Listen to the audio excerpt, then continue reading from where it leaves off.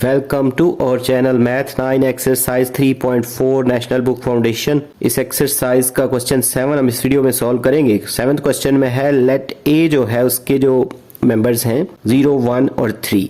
इसी तरह जो सेट बी है इसके 1, 2, 3, 5 और 7। तो ये जो दोनों सेट्स हैं इसकी कार्टेशियन जो मल्टीप्लिकेशन है यानी ए क्रॉस बी वो जब फाइंड करेंगे तो उससे एक रिलेशन फाइंड हो जाता है ए क्रॉस बी का। ये जो पूरा सेट है ए क्रॉस बी, तो उसके अंदर से हमें ये कोई रिलेशन है, कुछ इसके पेयर्स हैं वो लिखने हैं। वो कैसे लिखने हैं कि उस रिलेशन में x जो है ये फर्स्ट टर्म होती है, y सेकंड टर्म, तो उसमें x जो है यानी जो फर्स्ट वाला मेंबर है वो बिलोंग करता है ए सेट से और y यानी जो सेकंड मेंबर है वो बिलोंग करता है बी सेट से। और उसकी कंडीशन के लिए ये फार्मूला लिखा हुआ है जो इस पे पूरा उतरते हो यानी इस कंडीशन को फुलफिल करते हो। तो पहले सोल्यूशन जब स्टार्ट करेंगे तो इसमें पहले ए क्रॉस बी फाइंड कर लेंगे यानी ए वाला सेट भी लिख लेंगे, बी वाला भी। तो ए क्रॉस बी जो ऑर्डर्ड पेयर फाइंड करते हैं यानी 0 के साथ 1 लिख लेंगे, 0 के साथ 2, फिर 0 के साथ 3, 0 के साथ 5, 0 के साथ 7। सेम इसी तरह 1 के साथ इन सारे वर्ड्स को लिख लेना है और 3 के साथ भी। तो ये ए क्रॉस बी तो आ जाएगा।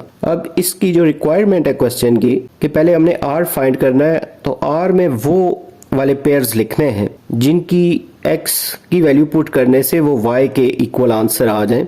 तो इसको ज़रा सा एक्सप्लेन करता हूँ मैं। यहाँ पे ये जैसे ये कंडीशन है कि y जो है ये इक्वल है 2x + 1 के, तो इसके लिए वो वाले सूटेबल पेयर्स वहाँ यहाँ से ढूंढ के लिखने हैं कि यहाँ x पे जिनकी फर्स्ट वाली टर्म को या x की वैल्यू में पुट करें तो इसको सॉल्व करने के बाद जो आंसर है वो y यानी सेकंड वाली जो टर्म है वो आ जाए। सपोज ये जो पहला वाला ही है तो इसमें जैसे 0 और 1 है, तो ये जो 0 है ये x की वैल्यू है, ये जो 1 है ये y की वैल्यू। तो हम इधर x की जगह पे पुट कर लेते हैं 0 को s से, तो 2 को 0 से मल्टीप्लाई कर दें, 2 0 0 और +1 यानी इसका आंसर 1 आ जाएगा। अब यहाँ पे हमने 0 पुट किया है और आंसर 1 आया है यानी x वाली वैल्यू को पुट किया है और आंसर जो है वो y वाली वैल्यू आ गई है। तो ये हमारा जो फर्स्ट पेयर है वो होगा 0 और 1। इसी तरह बारी बारी इनको चेक करना है। ये वाला चेक करते हैं 1 और 3। मैंने ये सूटेबल जो है वही चेक किए डायरेक्टली, तो आप बाकियों को भी देख सकते हैं लेकिन वो लिखने नहीं है क्योंकि वो कंडीशन पे फुलफिल नहीं करेंगे। अब जैसे इधर 0 पुट किया था तो इस पेयर के अकॉर्डिंग 1 और 3 जो है यहाँ x की जगह पे 1 पुट कर लेते हैं और ये +1 तो एज इट इज ही रहेगा। तो 2 को 1 से मल्टीप्लाई करें, 2 1 = 2 और +1 तो ये 3 आ रहा है। अब ये जो पेयर है हमने 1 वैल्यू पुट की थी, क्वेश्चन की जो कंडीशन है यो इक्वेशन सी दी हुई है इसमें, और आंसर 3 आया है। तो यही रिक्वायरमेंट है कि जब हम x की वैल्यू पुट करें तो आंसर जो है वो y वाली वैल्यू आ जाए उसी पेयर की। तो सिर्फ वो वाले ऑर्डर्ड पेयर लिखना है। तो एक ये वाला जो है 1 और 3 ये आ जाएगा। उसके बाद ये जो है इसको पुट करते हैं 2 इंटू जहाँ पे हमने पहले 1 पुट किया था अब वहाँ पे 3 पुट कर लेते हैं और ये +1 s से ही।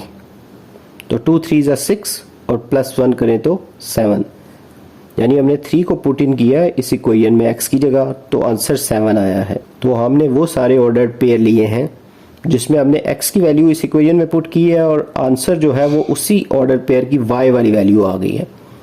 तो ये जो तीसरा आया है वो है 3 और 7।